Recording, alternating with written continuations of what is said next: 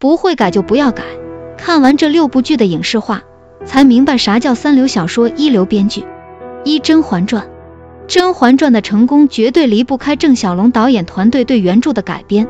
后宫《甄嬛传》是刘恋子创作的长篇小说，曾一度陷入了抄袭风波。而且在原小说的设定中，是故事发生在架空王朝，还一直是以第一人称视角进行的，整部小说充满了玛丽苏的气息。所以在当年确定选角后，《甄嬛传》剧组就被骂惨了。主要是这原著中腹黑风流的玄灵突然一下子变成了沧桑中年大叔，这搁谁身上都得疯一疯吧。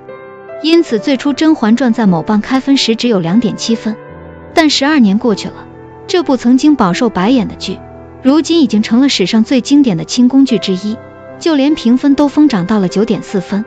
对比原著，剧版真的是让许多小说中扁平的人物丰满了起来，让我们从这一群漂亮女人中看尽了人生与人性。说一句神作不过分吧。2. 苍兰诀。苍兰诀改编自九路飞香的《魔尊》，讲述了大魔头东方青苍与单纯小仙子小兰花的爱情故事。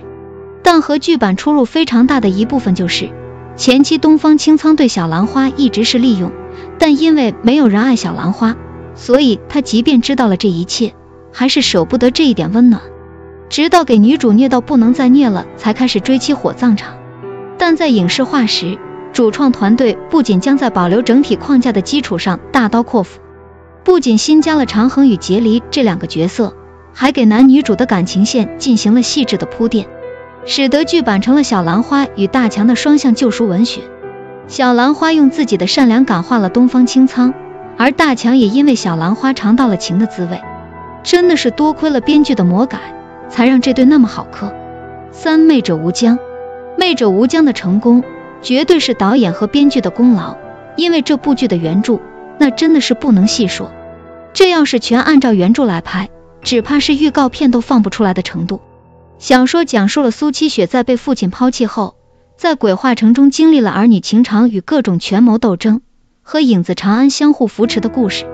在影视化时，主创团队只保留了小说的框架与主线剧情，其余超纲内容全部删减，还加强了小说中羸弱的权谋斗争剧情，使得整个剧从小说中脱胎换骨。婉媚与长安在危险中相互守护的感情线真的超级感人，李一桐真的把婉媚演活了。有的剧魔改被骂，有的剧魔改成经典。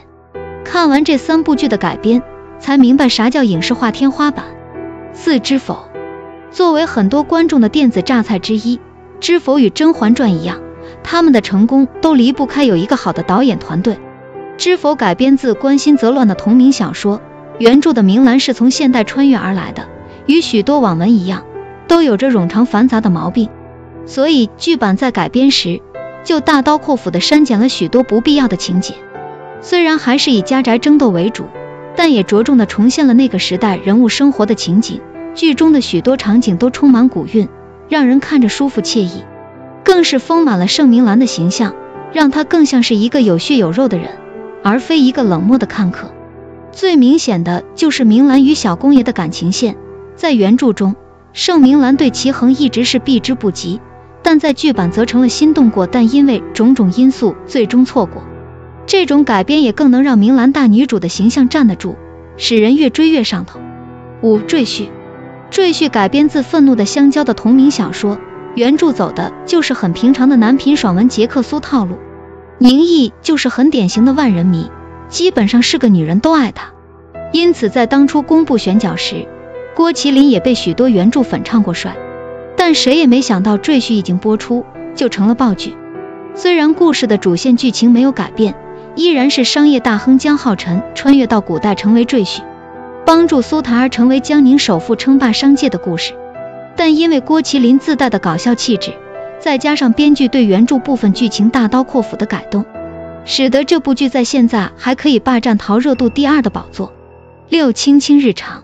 青青日常的原著小说《青川日常》是一部很经典的穿越文，讲述了李薇穿越成了四爷的侍妾李氏，在后院吃吃喝喝的故事。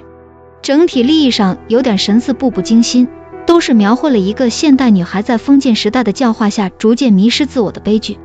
不过李薇却并未完全的沉沦，他一直保留着自己的一分清醒，但正是这份清醒才会让他更加矛盾挣扎。小说中李薇有一次看到了镜中的自己，却被吓了一跳，他觉得镜中人是个怪物，并不是真正的自己。但剧版在改编时因为题材限制，就去掉了这个设定，所以也去除了原著那种压抑的氛围，变成了欢快的风格，还丰满了许多女性角色，整体来说也是一部不错的下饭剧。小孩哥是有点子反骨在身上的，戏里抢女主戏外抢男主。